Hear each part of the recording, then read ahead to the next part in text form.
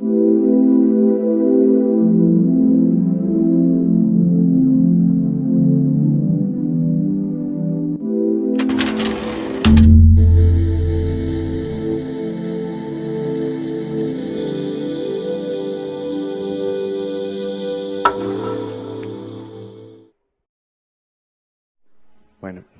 buenos días. Yo soy Edwin Sandoval, soy residente de segundo año de aquí del Instituto Nacional de Psiquiatría y en coordinación con la doctora Beatriz Cerda de la O, voy a presentar la sesión bibliográfica del día de hoy con el tema de asexualidad.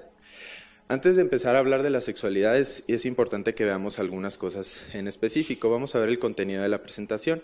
Primero vamos a hablar sobre algunas definiciones de sexualidad y salud sexual, algunos conceptos básicos como orientación, en específico vamos a hablar de la orientación sexual, la historia de la orientación sexual, modelos de orientación sexual y tipos de orientación sexual. Vamos a hablar después ya sobre la sexualidad y algunas características de esta, sobre la diversidad sexual, la discriminación, el estrés minoritario y luego ya vamos a proceder a hablar un poquito del artículo.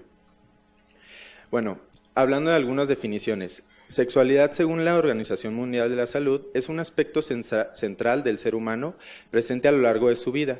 Abarca el sexo, las identidades y los papeles de género, el erotismo, el placer, la intimidad, la reproducción y la orientación sexual. Se vivencia y se expresa a través de pensamientos, fantasías, deseos, creencias, actitudes, valores, conductas, prácticas, papeles y relaciones interpersonales. Hablando de salud sexual, este es un estado de bienestar físico, mental y social en relación con la sexualidad. Requiere un enfoque positivo y respetuoso de la sexualidad y de las relaciones sexuales, así como la posibilidad de tener experiencias sexuales placenteras y seguras, libres de toda coacción, discriminación y violencia. Para entender un poquito más sobre lo que vamos a hablar el día de hoy, necesitamos definir rápidamente algunos conceptos básicos y vamos a utilizar pues a este amiguito para tratar de explicarlo. Primero que nada vamos a hablar de la identidad de género. La identidad de género es la manera en la que uno mismo concibe y dependiendo de del conocimiento que tiene sobre los diferentes géneros que existen, es como tú te autoidentificas, ¿no? en tu género.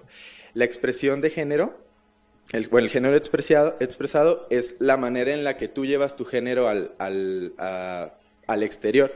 Es la manera de vestir, la manera de expresarte, el tono, entre otras cosas, ¿no? Y es lo que te van definiendo en un aspecto social.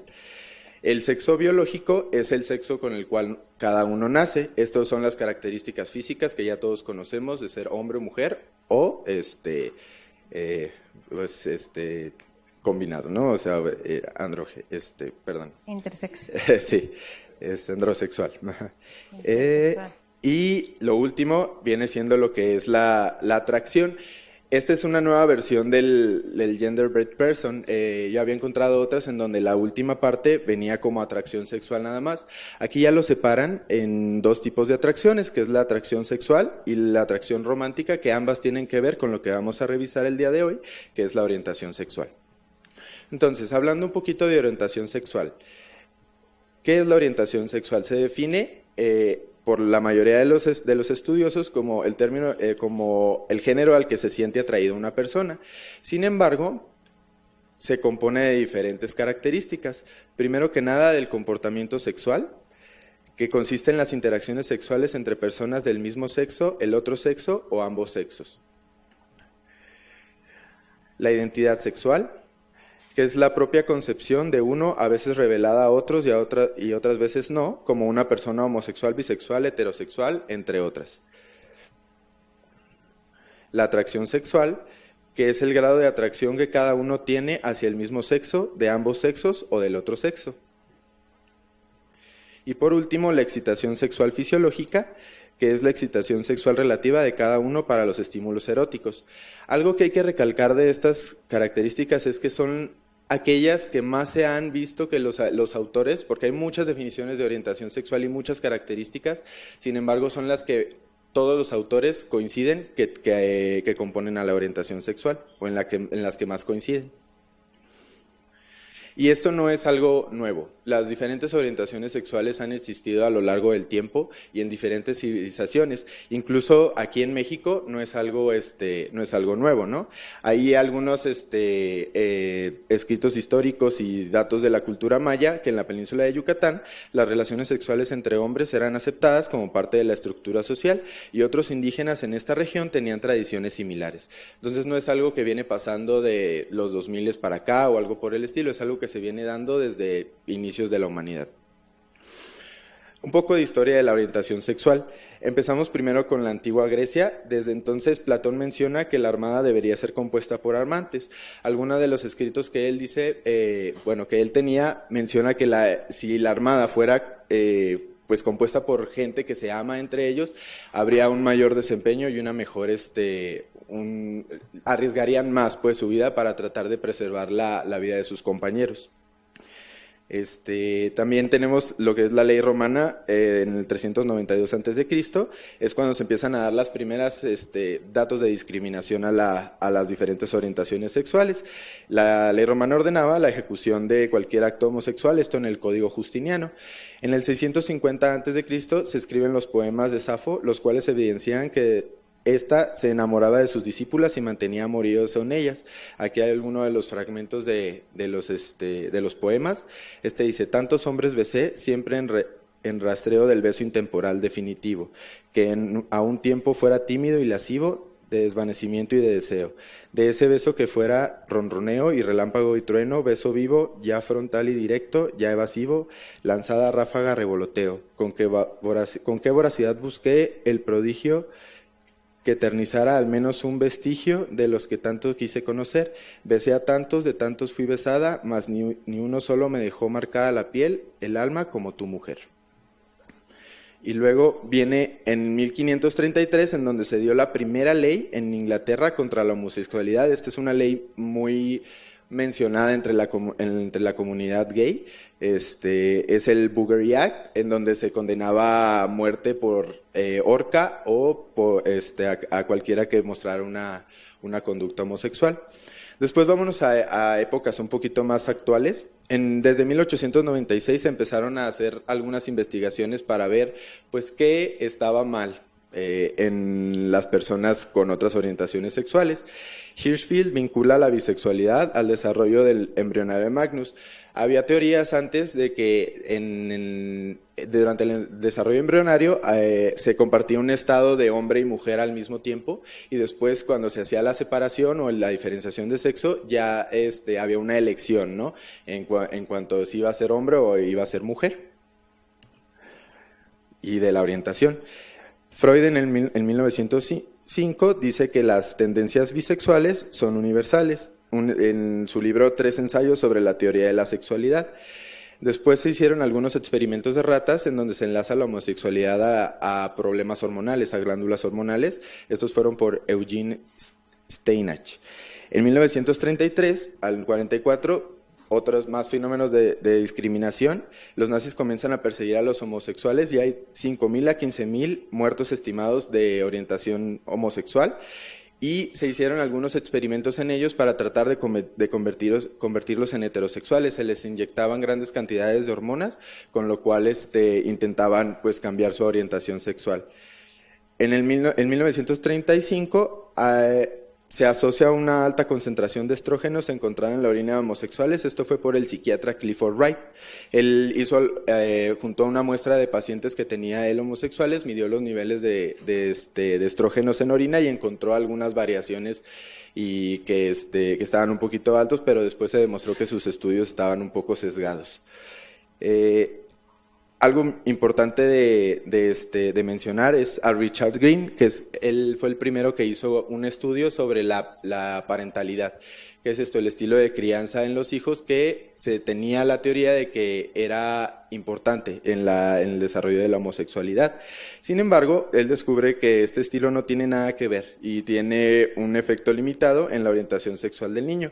Influye, sin embargo, no es el todo del porqué. ¿vale? Él dice, el desarrollo psicosexual parece ser típico en al menos 36 de los 37 niños. Los niños que son adolescentes o adultos jóvenes y han tenido una experiencia más larga con padres transexuales u homosexuales dan más evidencia de que la identidad sexual no se ha visto dramáticamente afectada. Todos se han desarrollado una identidad sexual típica, incluida la orientación heterosexual. No sabemos cuánto contribuye el estilo de los padres al estilo de un niño o el desarrollo psicosexual, pero es evidente que no es el único factor que contribuye. En 1981, el estudio de Kinsey sugiere que la homosexualidad es de origen biológico y se da la primera escala de orientación sexual de la que tenemos referencia.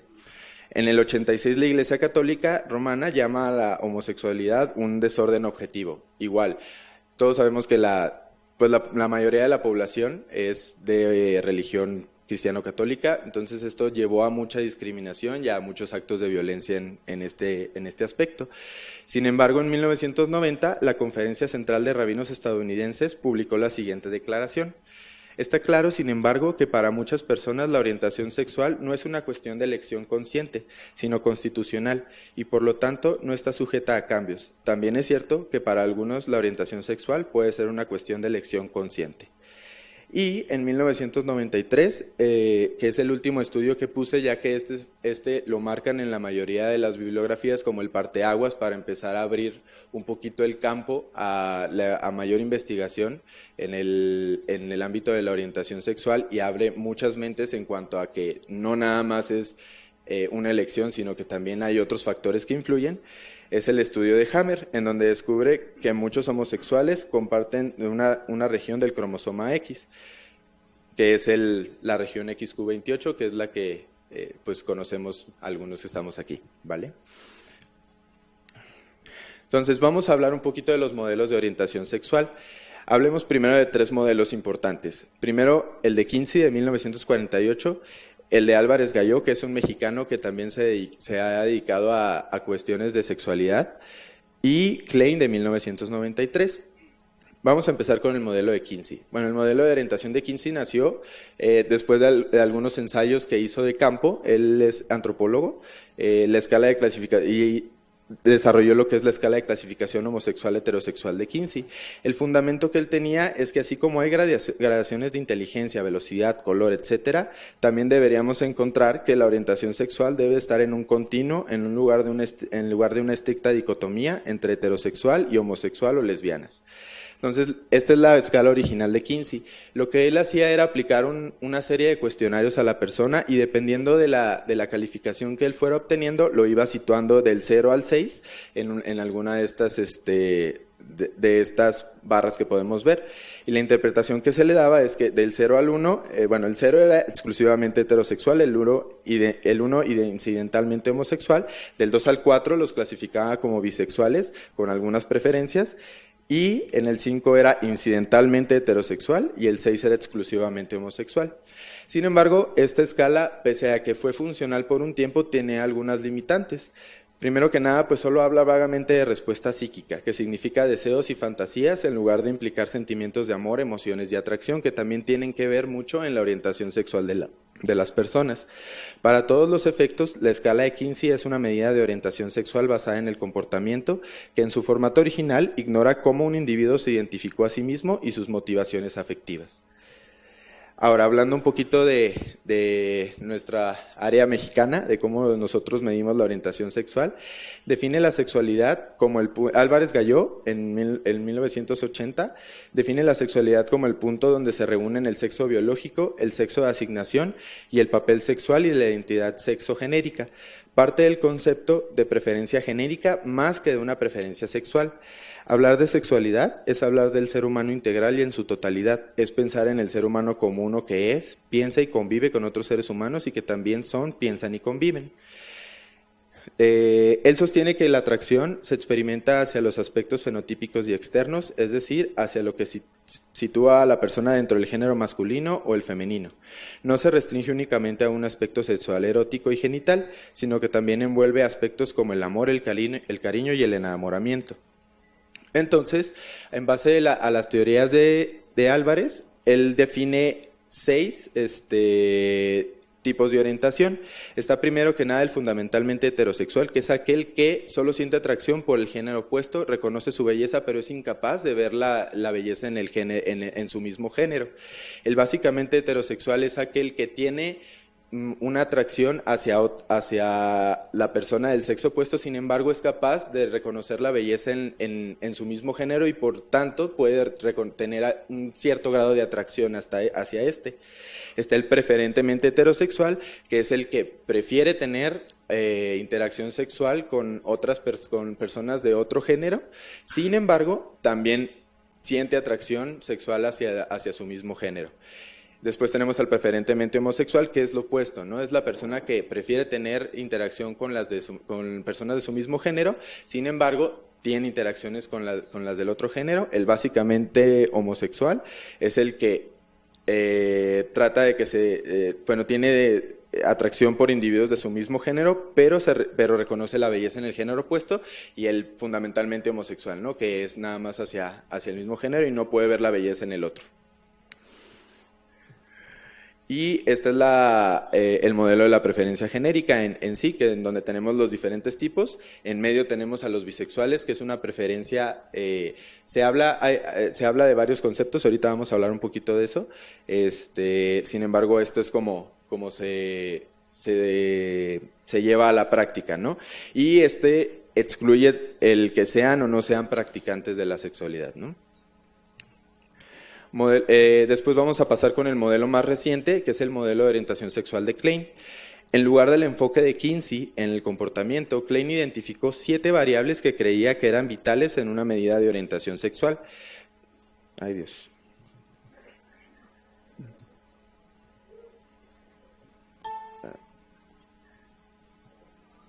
Una disculpa.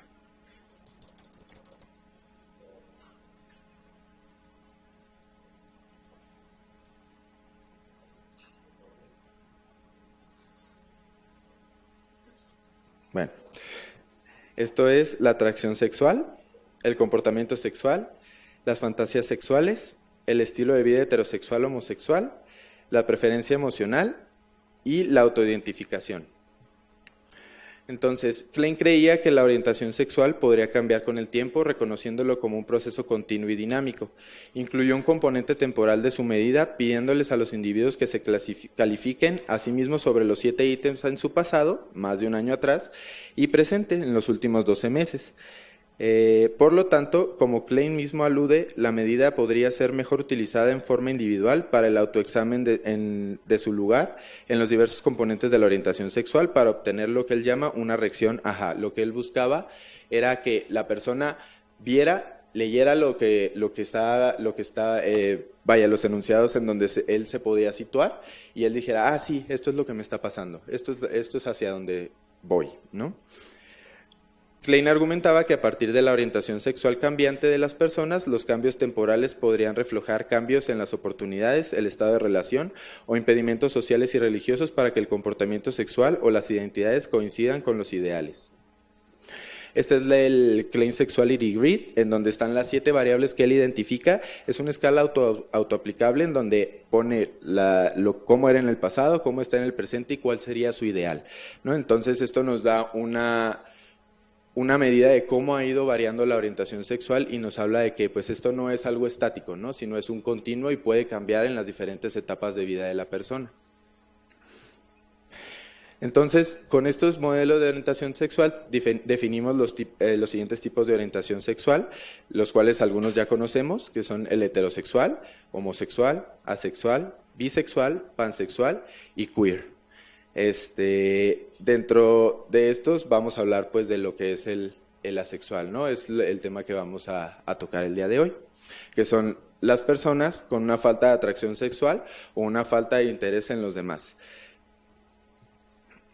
La prevalencia de la sexualidad. No existe una prevalencia realmente exacta. Las series de estudios han medido que puede ir desde el 0.4 hasta el 4%, sin embargo, lo más frecuente que se obtenga es un 1, 1.4. Entonces, en un estudio de Bogert, en el 2012, se llegó a la conclusión de que por fines prácticos se iba a definir como un 1%. De los orígenes, hay varias teorías que hablan sobre qué es lo que puede llevar a la sexualidad. Primero que nada, hay algunas teorías sobre marcadores correlativos del desarrollo biológico temprano. Se ha visto en algunos estudios en donde se han analizado muestras de pacientes asexuales, en donde se ve que la gran mayoría de ellos son personas no diestras. Esto asocian que podría ser como un marcador de esta cuestión. Sin embargo, también se ha visto en otras orientaciones sexuales que son personas no diestras. No hay realmente un dato que correlacione tal cual, ¿no? Esto es como muy ambiguo y los estudios no han demostrado nada significativo. Un número de hermanos mayores. Esto se asocia a que hay algunas teorías que entre más hermanos tenga la persona, que sean varones, se habla de que hay una creación en la madre, cambia un poco la bioquímica de la madre y hay la creación de algunos anticuerpos contra alguna proteína de virilidad. Entonces, esto afecta al desarrollo de los siguientes productos, ¿no? Sin embargo, también no hay nada que lo haya probado tal cual. También se ha relacionado que tienen una menor altura en algunas series y en las mujeres que se llegan a ser como asexual, de una menstruación atípica. Sin embargo, ninguno de estos estudios, como les digo, han sido concluyentes en su desarrollo y han sido pues refutados, ¿no? en varios foros de discusión entre científicos. Otra de las teorías es un nivel bajo de testosterona. Los niveles bajos de testosterona se han relacionado con una disminución en la atracción y en el deseo sexual. Sin embargo, algo que hay que remarcar sobre los estudios que han estudiado esto en personas es que solo se han hecho estudios con personas que reportan un bajo deseo sexual, no realmente que se reconocen como asexuales. Entonces, esto no es una medida que nos pueda llevar a que los asexuales tengan niveles bajos de testosterona y esto sea lo que les causa, ¿no? el hecho de no tener una atracción. Y se ha visto también que en algunos estudios las personas que sí llegaron a decirse como asexuales tienen niveles normales de testosterona. También hay algunas teorías psicosociales y ambientales. Se habla del trauma sexual temprano, esto es, personas que reciben un trauma sexual desde la infancia tienen menor o evitación a conductas sexuales futuras. Sin embargo, también ha habido series en donde se estudia asexuales y ellos tienen trauma sexual temprano y no hay ningún problema, y hay otros que no tienen el trauma, ¿no? Y son asexuales. El nivel socioeconómico, esto se ha asociado en algunas series de estudios de asexuales, sin embargo no hay nada claro tal cual, porque finalmente muchas de las poblaciones que se han estudiado para estos estudios son gente de pocos recursos que acceden a participar. De la religiosidad. También se ha hablado de que la religiosidad podría tener algo que ver en la conducta sexual de los individuos. Y sí se ha relacionado en algunas series. Sin embargo, también otras series han encontrado que hay asexuales que son muy practicantes, muy religiosos y no tienen ninguna y siguen siendo asexuales, ¿no? Y hay personas que no son nada religiosos, incluso son ateos y tienen esta creencia, ¿no? De la identidad del yo. Hay algunas teorías que están un poco extrañas sobre alguna difusión del yo sexual, ¿no? Hablan que las personas tienen como una baja percepción o una difuminación de esta identidad del yo, pero nada más en el ámbito sexual. Entonces los lleva a tener como conductas en las cuales, que es lo que se llama como el autocoriosexualismo, llevan su sexualidad a sí mismos. Esto es, experimentan su sexualidad consigo mismos, fantasías consigo mismos, o lo que es la autoginofilia, que es el imaginarte a ti mismo como en hombres como mujer y teniendo relaciones con esta persona, y así es como experimentan su sexualidad. Sin embargo, pues es algo que también es muy teórico, no se ha probado nada. Ahora también se habla de que tienen problemas de excitación. ¿Por qué lo puse separado? Porque esto es se hablan como de problemas biológicos sociales, ¿no? Esto es que influye en esto tanto el ambiente como lo biológico, y hablan que las personas asexuales tienen un menor grado de excitación, sin embargo no así un menor grado de estímulos inhibitorios sexuales. Sin embargo, también esto es muy variable porque hay asexuales que tienen una excitación sexual normal, y ahorita vamos a hablar un poquito más de ello. Sobre algunos mitos y realidades de la sexualidad. Primero que nada, carecen de experiencia sexual con cualquier sexo. La falta de atracción sexual te hace asexual. La falta de atracción sexual impide que tengan relaciones afectivas. Carecen de deseo sexual y carecen de excitación. La realidad es que pueden tener experiencias sexuales. Algo que tenemos que saber es que a ellos no les interesa la interacción entre sexual con otras personas, sin embargo no quiere decir que no puedan desarrollar su sexualidad de una manera normal. Esto es, pueden tener relaciones sexuales como cualquier otro, sin embargo no sienten el deseo ni el placer al hacerlo. Esto es una cuestión personal. La falta de atracción sexual no te hace asexual, es algo que tiene una connotación más interna. El hecho de que tú no tengas una atracción sexual no quiere decir que tú te autodefinas como asexual, es una elección propia.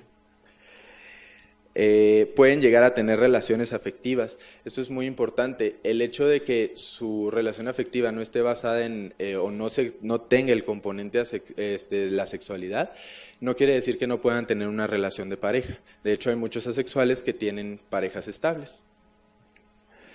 Carecen de deseo sexual. El deseo sexual puede no estar alterado. Esto es, no experimentan el deseo sexual igual que una persona heterosexual. Ellos, su deseo sexual tiene que ver más con los estímulos internos que nos llevan a la excitación sexual. Y esto es el siguiente punto, que son capaces de tener una excitación fisiológica normal.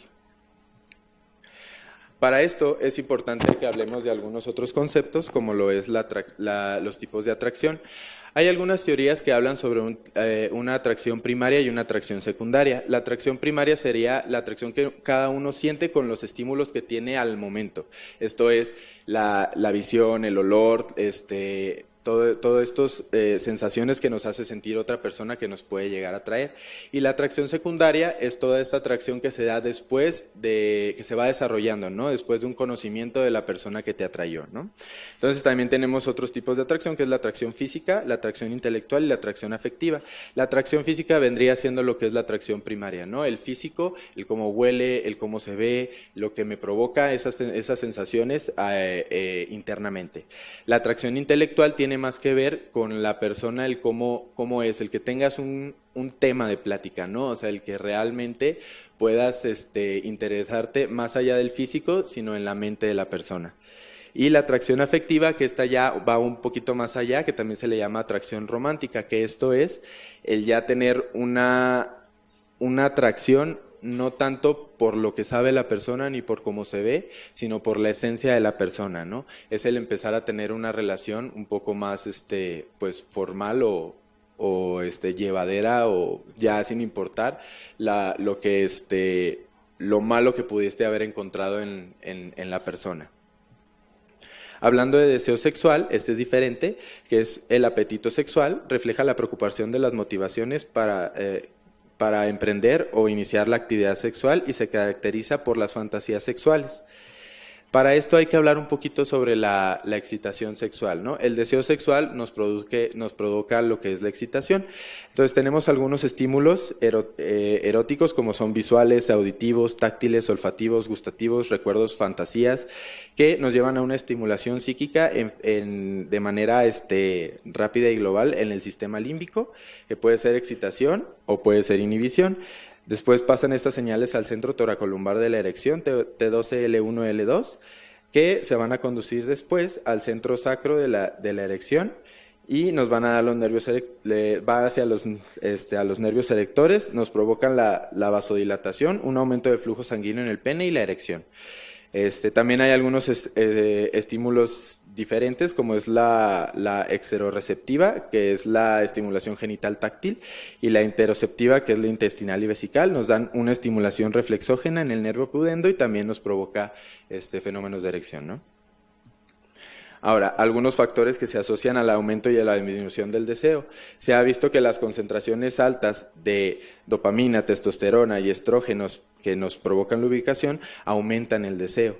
Y aquellas que las disminuyen son la progesterona, la serotonina y la prolactina, ¿no?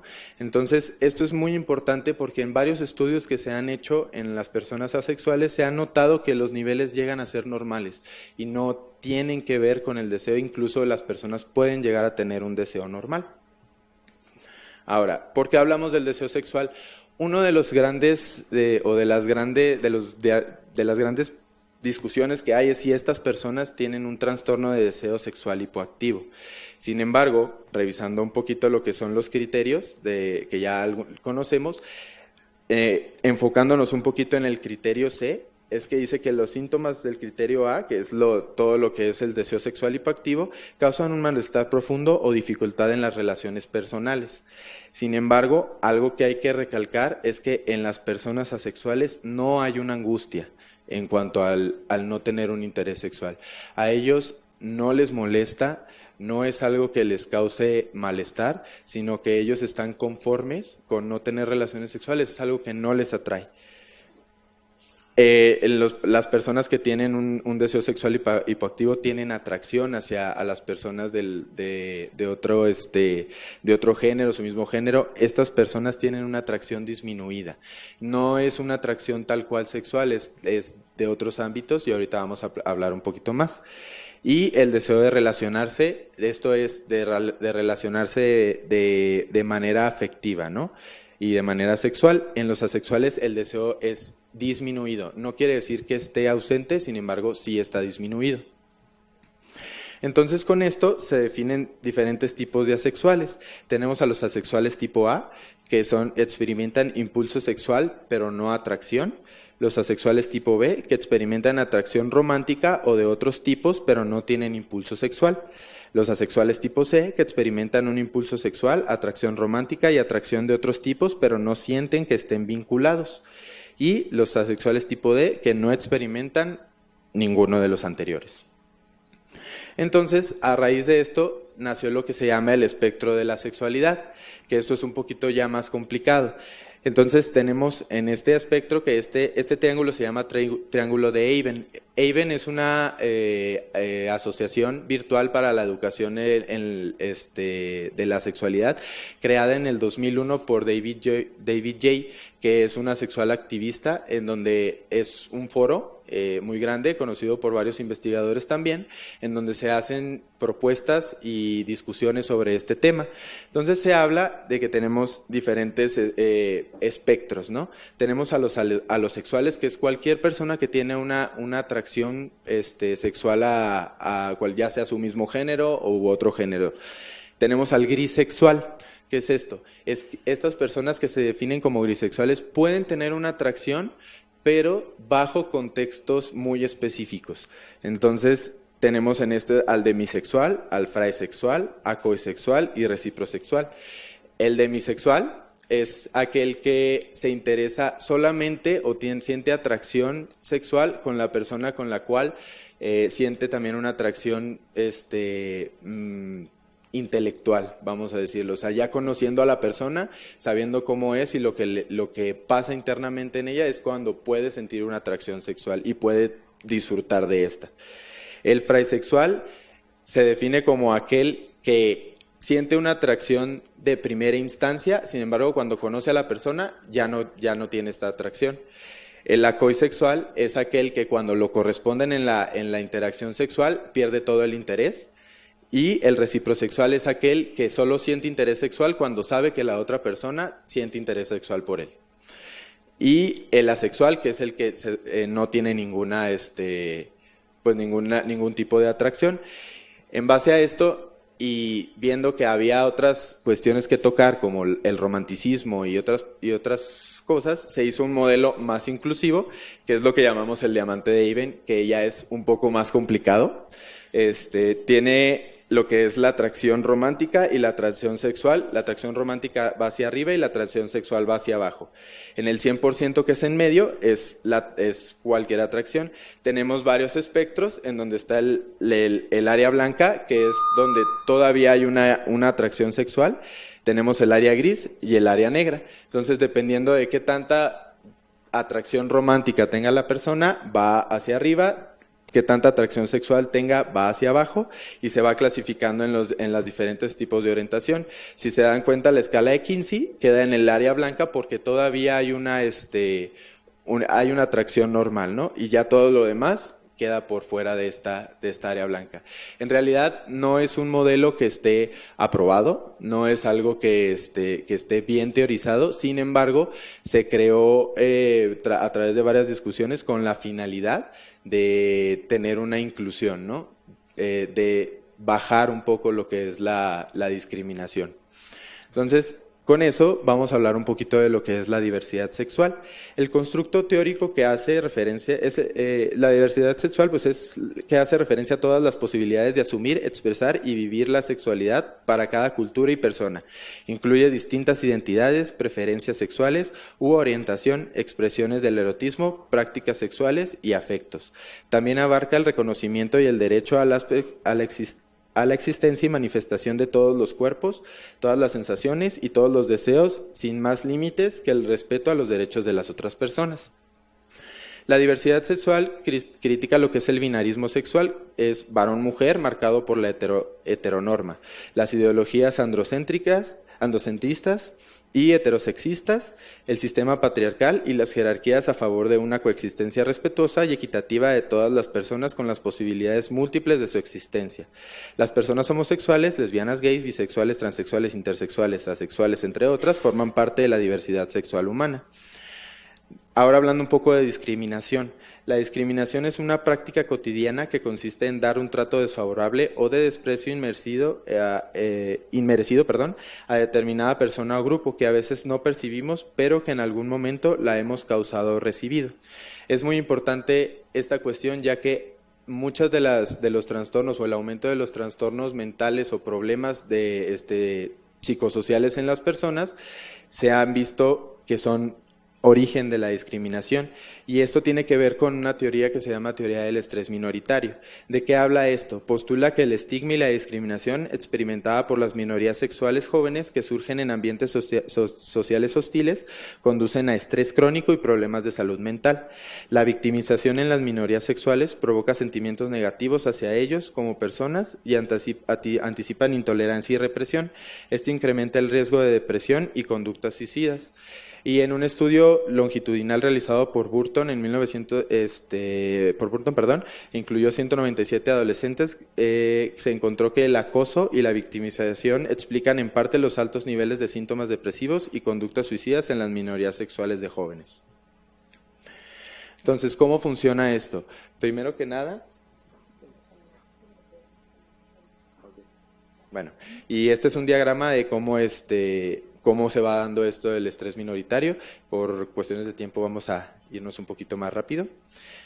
Algunas propuestas que se hicieron con la finalidad de bajar el estigma es en las propuestas de la CIE 11, más que nada eliminar todo lo que son los códigos F66, así como cualquier mención sobre la orientación sexual. Esto es lo que se postuló, quitar todo este grupo del F66 y cambiar todos los códigos Z. En vez de que dijeran orientación sexual, lo cambiaron a relaciones sexuales. Esto estaría en congruencia con el llamado a las Naciones Unidas en relación con el respeto a los derechos humanos sexuales, incluyendo el de expresión de la orientación sexual, ¿vale? Y este es un boletín que salió en el 2016 sobre este trabajo que se estaba haciendo para eliminar estos códigos, y en la nueva CIE 11, si ustedes la pueden revisar, todas estas áreas del F66 ya no están incluidas. Los trastornos de la orientación sexual salieron de la Clasificación Internacional de Enfermedades. Ahora, hablando un poco del artículo. Este artículo pues, fue publicado en la revista Archives of Sexual Behavior de la editorial Springer y que esta tiene un factor de impacto de 3.223.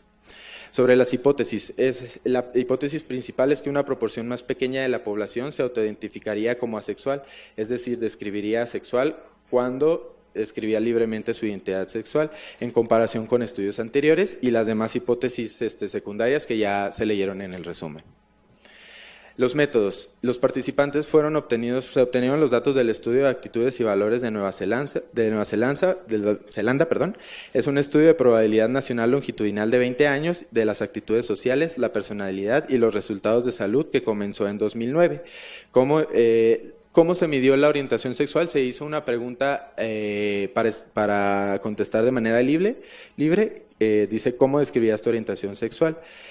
Se excluyeron algunas respuestas como respuestas inapropiadas, sin respuesta, respuestas como virgen, célibe, respuestas acerca de la edad o enfermedad o que no tenían orientación sexual, y al excluir estas se perdió un 20.2% de la muestra. Entonces al final se analizaron 12.626 de los cuestionarios. Los datos se tomaron del tiempo 6 del estudio, que fue en el 2014 al 2015. A los participantes se les envió una copia del cuestionario con un segundo seguimiento postal 2 meses después. Los participantes que proporcionaron una dirección de correo electrónico también fueron enviados por correo electrónico, invitados a completar una versión en línea si lo preferían. De las mediciones que se hicieron, se hizo el Kessler 6, que es una medida de angustia psicológica. El sentido de pertenencia se evaluó con 3 ítems, el apoyo social igual 3 ítems del cuestionario, la satisfacción con la vida 2 y la autoestima con 3, que fueron previamente validados para el estudio. El género también se verificó con una pregunta abierta. La salud general y subjetiva fueron 3 preguntas adaptadas del MOS 36 de Ware y Sherborne en su versión corta. Y las enfermedades o discapacidades a largo plazo se les preguntó de manera abierta también si habían tenido alguna discapacidad que tuviera una duración de más de 6 meses o enfermedad crónica, y un formato de los datos sociodemográficos. De los resultados, dentro de las variables sociodemográficas encontramos que en cuanto al sexo, de los asexuales un 77.3% eran mujeres, 22.7% hombres, heterosexuales un 62.5% mujeres y 37.5% eran hombres. Sobre la paternidad, la mayoría de los asexuales pues no tenían hijos, un 22.7% solamente eran los que tenían alguna descendencia. De los heterosexuales un 74.6%. Sobre las relaciones de parejas, los asexuales la mayoría no tenían una relación, un 84.1%, y un 15.9% sí tenían, y los heterosexuales pues la mayoría tenían relación. Sobre la religiosidad, los asexuales no se encontró realmente una gran diferencia. De los asexuales un 59.1% eran religiosos, los heterosexuales un 60.9%, realmente es una variación muy pequeña. Y de la discapacidad física y o enfermedad crónica, se encontró que los asexuales tenían un 61.4% sin discapacidad, un 38.6%, la mayoría no tenían una discapacidad, y de los heterosexuales un 80.4% no tenían y un 19.6% sí lo tenían. Después de la regresión lineal se sacaron algunos otros datos importantes que hay que mencionar. Primero que nada, en cuanto a ser mujer, se notó que se encontraron en las 3 comparaciones. No nada más se hizo comparación con heterosexuales, también se hizo con homosexuales y bisexuales. Sin embargo, por fines prácticos, vamos a nada más a mencionar la de los heterosexuales. Las mujeres presentaban 3.7 veces mayor probabilidad de manifestarse como asexuales en comparación con los hombres. En cuanto a la relación de pareja, los participantes sin pareja presentan 7.7 veces mayor probabilidad de manifestarse como asexuales en comparación con los que tienen pareja. De la paternidad, los participantes sin hijos presentan 3.8 veces mayor probabilidad de manifestarse como asexuales en comparación con los que tienen hijos. Y en cuanto a la identidad de género, 148.53% tienen 148.5 veces mayor probabilidad las personas no cisgénero de manifestarse como asexuales en comparación con la cisgénero. Sobre la discusión, ¿por qué se obtuvieron estos datos? Aquellos que no se identificaron como no cisgénero tuvieron más probabilidad que se identificaron como no cisgénero tuvieron más probabilidad de identificarse como asexuales que los individuos cisgénero. Esto lo explican o lo tratan de argumentar en el artículo en que cuando no hay una atracción, hay una mayor libertad de explorar la sexualidad y el género. Entonces hay menos reprimendas y esto te permite como abrir tus panoramas en esta cuestión. Las mujeres se identificaron más como asexuales. Esto es lo relacionan porque para las mujeres usualmente en la sociedad es mucho más fácil salir como asexual, porque es mucho más mal visto que una persona que es varón no tenga relaciones sexuales a que una mujer no tenga relaciones sexuales. Al contrario, todavía en las sociedades actuales es más mal visto que a una mujer le guste tener relaciones, ¿no? Y esto es parte de la discriminación. Asexual significativamente asociado a ser soltero. Solo un 15.9% de los asexuales tenían una relación de pareja y esto tiene sentido, ¿no? Al no haber una atracción, pues hay menos relaciones románticas. La autoidentificación como asexual no tuvo relación con datos demográficos, así como la salud psicológica y el bienestar social. Las muestras de estudios pasados probablemente estaban sesgadas. ¿Qué es lo que habla esto? Este es el primer estudio que se hace en una comunidad, incluyendo diferentes orientaciones sexuales. Los otros estudios eran básicamente de pura población con disminución del deseo. Este tipo de poblaciones buscan usualmente por la discriminación que llegan a tener, el tener un soporte social. Y al no encontrarlo en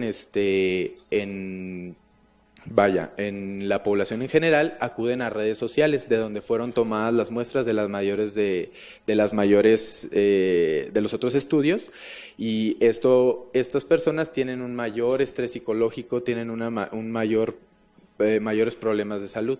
Entonces, por eso podría ser que esto sea una de las causas de por qué se encontró diferencia en los estudios anteriores. No hubo diferencia significativa entre la autopercepción de salud y enfermedades crónicas entre asexuales y heterosexuales, y los asexuales tienen menos tendencia a la parentalidad en comparación con los heterosexuales.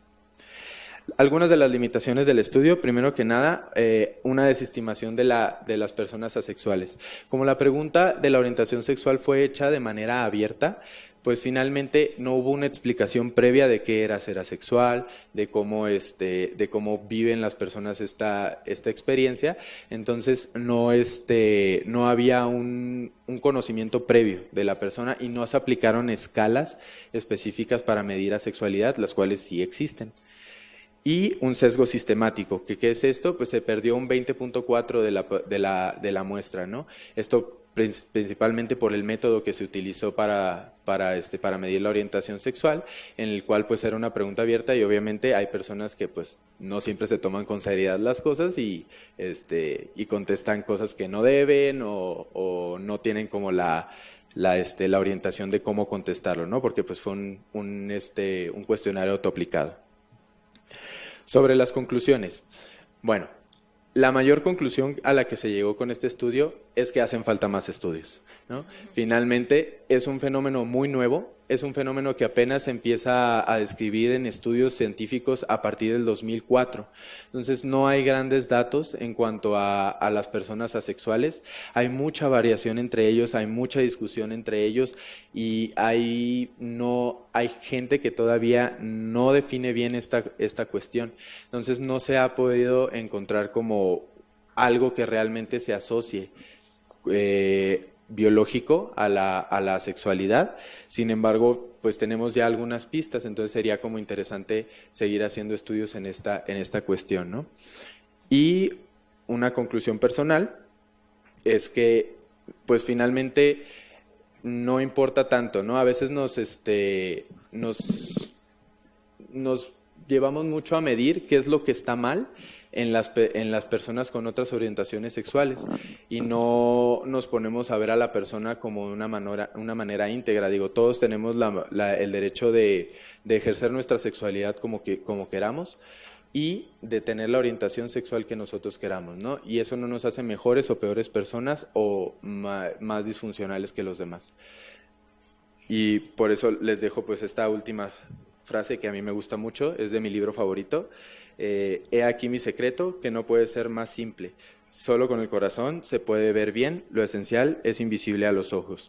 Entonces hay que empezar a dejar de ver a las personas por fuera. Hay que empezar a ver la esencia de las personas, valorarlas por lo que son y dejar de pues discriminarlas por lo que piensan o lo que sienten. Y muchas gracias. Gracias, Edwin.